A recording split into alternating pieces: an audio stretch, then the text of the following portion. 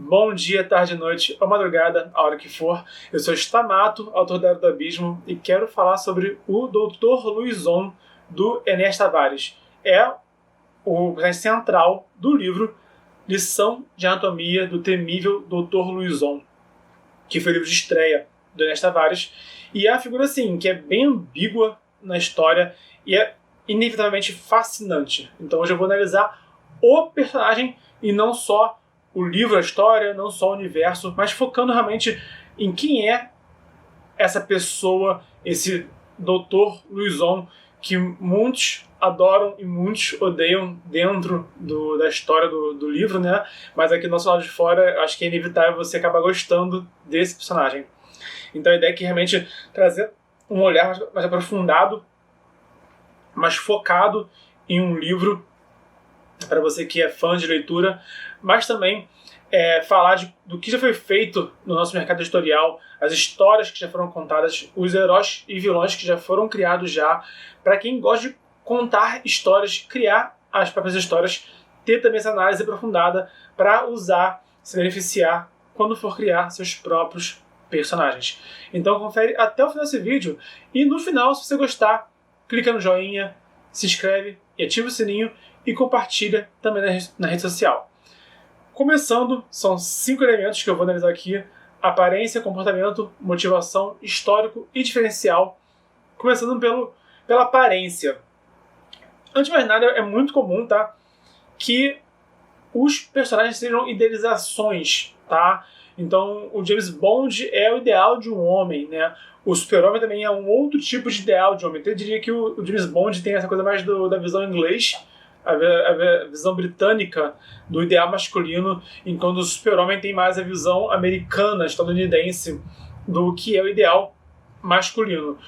No caso, o Dr. Luizon também tem aspectos, tá, um tanto idealizados do que é a figura masculina. Então a aparência dele é basicamente de um homem elegante, tá? É um gentleman. Então ele vai ter, assim, ele é visto com roupas, né, exímias, roupas sob medida, roupas muito elegantes. Ele é ilustrado ou com barba ou com bigode, sabe? E ele é também uma referência, tá, de forma um tanto inevitável, ao Jack Estripador, tá? O Dr. Luizon é um assassino em série e uma das referências dele é a imagética inglesa do Jack Estripador, tá? Então, a aparência do Dr. Luizon gera esse receio, mas acaba sendo muito mais pelas histórias que contam dele, porque a gente, no caso do livro, tá, do Dr. Luizon, quando a gente conhece o personagem, ele já foi preso, na verdade, né? Então você acaba sabendo muito mais do que falam dele, o que imaginam dele, o que falam nos noticiários sobre ele, do que realmente antes mesmo você ter a visão dele. E você ter a visão dele é um pouquinho diferente, porque ele tá preso, tá numa camisa de força, sabe? Então, mas mesmo na camisa de força, ele aparenta estar muito calmo, tá? Ele aparenta estar até mesmo no controle da situação. Então ele não é também um cara que ele se deixa abalar, o que já entra já no comportamento dele, tá? Mas a imagem dele é a imagem de um homem elegante, de aparência exímia, né? Um homem mesmo vaidoso, tá? Mas com esse aspecto muito mais intelectual, né? E menos heróica do personagem. O comportamento é também o ideal de um gentleman. Ele é eloquente e ele é elegante. Então, enquanto o James Bond ele é uma figura de um ideal masculino, que é um cara inteligente, mas o James Bond ele é mais de um cara que tem, assim, muitas habilidades, tá? O cara sabe atirar, o cara sabe lutar no mano a mano, o cara sabe pilotar qualquer veículo, o cara sabe desarmar bomba, o cara sabe dançar, né? No caso do James Bond, ele é esse tipo de ideal do homem que é bom em tudo, tá? Na forma de um agente britânico. Enquanto o Super-Homem, ele é indestrutível, ele voa, sabe? Ele tem superpoderes que ninguém tem, né? Logo, ele pode tudo também. O Dr. Luizon já é a questão do homem idealizado no nível intelectual, tá? Ele é o intelectual, o erudito ideal, Então ele é um cara assim que ele não é arrogante, sabe? Ele despreza justamente quem é arrogante, né? Quando ele vê pessoas da alta classe que desdenham, né, do povo, isso gera ele repulsa, isso gera ele a antipatia, tá? Mas aí quando ele trata as pessoas ao redor dele, ele trata sempre com uma educação impecável, tá? Acho que impecável é um bom termo pro Dr. Luizon. Por isso que ele é tão ambíguo também, né? Que é um fucking assassino em série. Mas que você entende que as pessoas próximas a ele gostavam tanto dele, tá? Mas ele é esse ideal do gentleman, ideal do erudito, é o ideal do homem intelectual, tá? Você quer exemplo máximo de um homem que preza o conhecimento, que preza a arte, que preza a elegância, que preza o bom convívio social, tá? Mas sempre com uma etiqueta, sabe? Sempre com um gosto apurado ao redor dele, tá? Esse é o tipo de comportamento predominante no Dr. Luizon. A motivação dele, se eu falar, é spoiler, tá? Porque, cara, basicamente, a princípio no livro, ele matou um monte de gente, tá? Ele é um serial killer. E ele some, isso é parte da sinopse, tá? Ele de alguma forma consegue fugir. Então, na verdade, a história se baseia muito nesses mistérios ao redor dele, né? E a motivação por trás dos assassinatos é o maior spoiler, tá? Mas, enfim, quando você lê o livro, tá? Se você já leu, lê de novo. Se você não leu, tá perdendo tempo, porque é um livro muito bom, sabe? Pensa nisso. Quando o assunto for a série de assassinatos do Dr. Luizon, é ali que você vai encontrar a motivação dele, é aí que você vai compreender a motivação dele, tá? Então, para dar spoiler do livro, o máximo que eu vou falar é isso. A motivação do Dr. Luizon está conectada intrinsecamente com os assassinatos em série que ele cometeu. E o histórico dele, tá, é exatamente esse. Ele foi preso por causa de uma série de assassinatos, e ele não só matou um monte de gente, tá? Ele teve um padrão, tá? Como os serial killers têm, tá? Ele escolheu muito bem, ele selecionou, ele foi muito seletivo em quem ele matou, tá? Ele não só matou, ele estripou e ele exibiu as partes desconjuntadas das pessoas numa exposição científica, sabe? Então, esse que foi o grande crime dele que chocou a sociedade.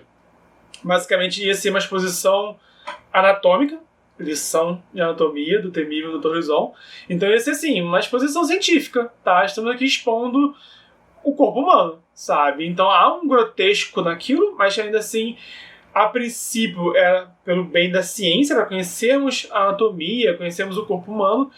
E aí, quando foram ver, era o corpo de um monte de gente da alta classe social que foi assassinada, tá? Então, é realmente algo assim, bem chocante, né? E aí, esse é o grande crime dele, tá? Que é relevante para a história do livro. E aí, daí você vai descobrindo, né?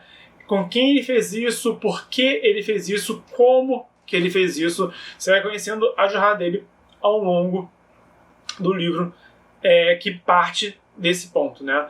Então, basicamente, o histórico dele é esse homem que mas ele também faz parte da alta classe, tá? Mas enquanto a alta classe é feita por exemplo, generais, é feita por ricaços, né? Ele é justamente o lado erudito da alta classe, tá? Ele não é o mais rico, ele não é o mais poderoso, tá? Mas ele é quem faz parte do lado científico, tá? Do lado mais erudito dessa alta classe.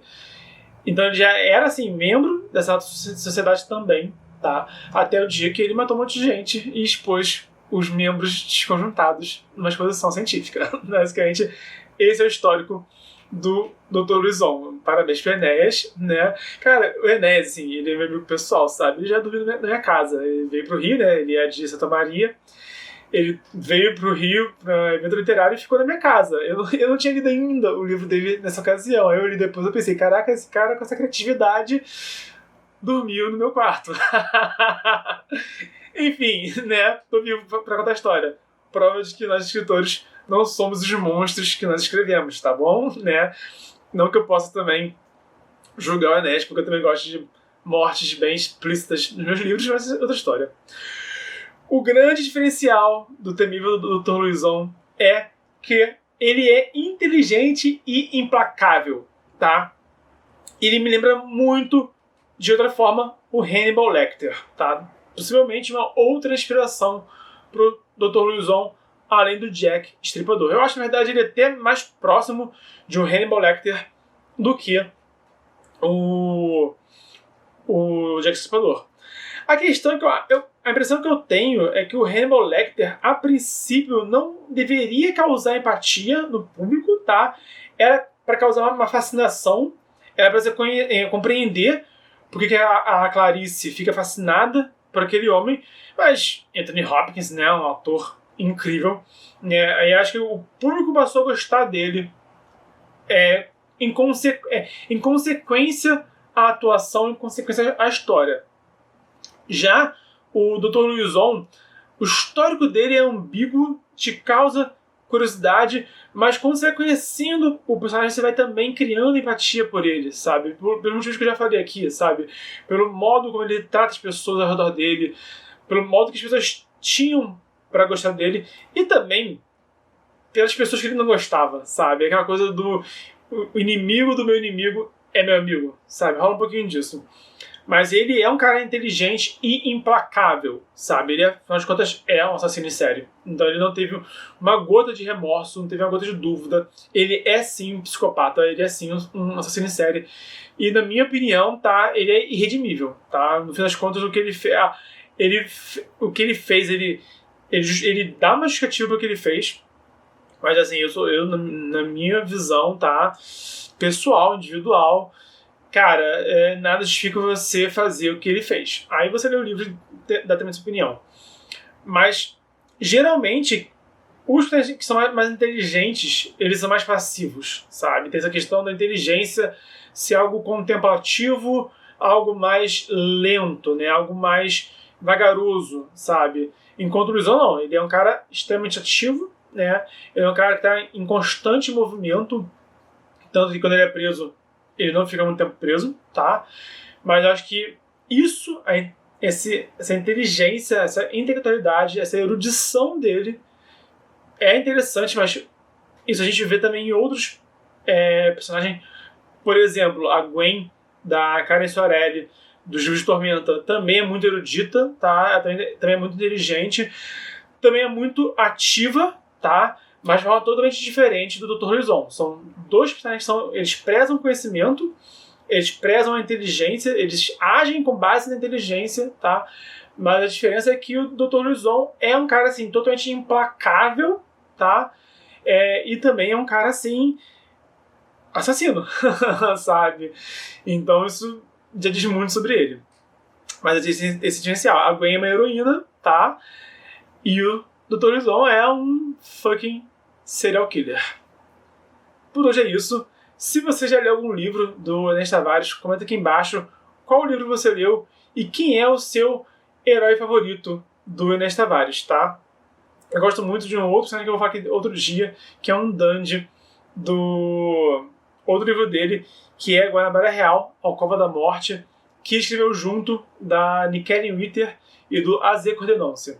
Então aquele Dandy lá merece um vídeo só pra ele que eu vou fazer em outro dia. Comenta aqui qual livro você leu qual livro você leu do Buguei. Tô já 1 hora gravando já, tá? Esse é o terceiro vídeo de hoje. Enfim. Qual é o seu livro favorito do Enéas Tavares, tá? E qual que é o herói ou vilão favorito do Tavares? Estamos no desafio 366 dias de escrita. É vídeo de mercado editorial, cultura pop e escrita criativa todo dia de 2020, então até amanhã.